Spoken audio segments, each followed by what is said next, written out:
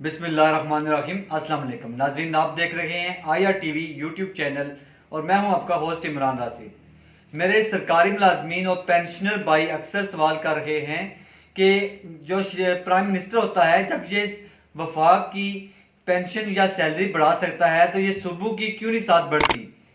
जब भी prime minister ऐलान करता है किसी बजट में या फिर वैसे कोई इजाफा दिया जाए, जैसे कि अभी शहबाज शरीफ साहब ने पेंशन में 10% इजाफा किया, तो ये इजाफा सिर्फ फेडरल के पेंशनर्स की पेंशन में क्यों हुआ है, ये सूबाई पेंशनर जो हैं उनकी पेंशन में इजाफा क्यों नहीं हुआ। तो इस वाले से बताता चलूँ कि पहले ऐसा ही होता था कि जो मुल्क का सरबराह होता है यानी वजीर आजम, वो पूरे मुल्क के मुलाजमीन के हवाले से इजाफा कर सकता था, लेकिन जब 28वीं तरमीम की गई तो उसमें सूबों को खुद मुख्तार कर दिया गया, सूबों को ये हक दे दिया गया कि वो अपने फैसले खुद करें।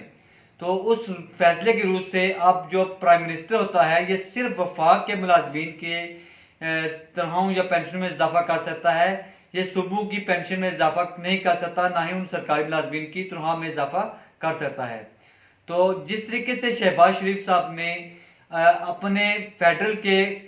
रिटायर्ड एम्प्लॉइज और पेंशनर्स की पेंशन में इजाफा किया है, इसी तरह हम सूबाई हुकूमतों से भी ये दरख्वास्त कर रहे हैं कि आप भी खुदारा पेंशनर्स के हालात पर रहम करें और उनकी पेंशन में इजाफे का ऐलान करें और कोशिश करें कि ईद से पहले पहले जो उनको पेंशन अदा होनी है इसमें उन्हें इजाफे के साथ पेंशन अदा की जाए। पेंशनर्स के हालात जो हैं वो बहुत ही खराब हैं, बहुत थोड़ी थोड़ी पेंशन लेकर लोग गुजारा कर रहे हैं, 6,000, 8,000, 10,000, 15,000, इससे ज्यादा पेंशन बहुत ही कम लोगों की है, क्योंकि ज्यादातर लोग जो हैं वो लो रैंक से रिटायर्ड हुए हुए हैं और बहुत ही कम पेंशन ले रहे हैं और बड़ी मुश्किल से गुजारा कर रहे हैं। तो हम तमाम वज़ीर आला जो हैं उनसे ये रिक्वेस्ट करते हैं कि आप अपने अपने सूबे में जो रिटायर्ड एम्प्लॉयज हैं उनकी पेंशन में इजाफा करें, ताकि वो लोग अपने घर के हालात को जो है वो कुछ बेहतर दाज बचा सके, ईद की खुशियां मना सके। इंशाल्लाह फिर मुलाकात होगी एक नई वीडियो के साथ, तब तक के लिए इजाजत दीजिए। अल्लाह हाफिज।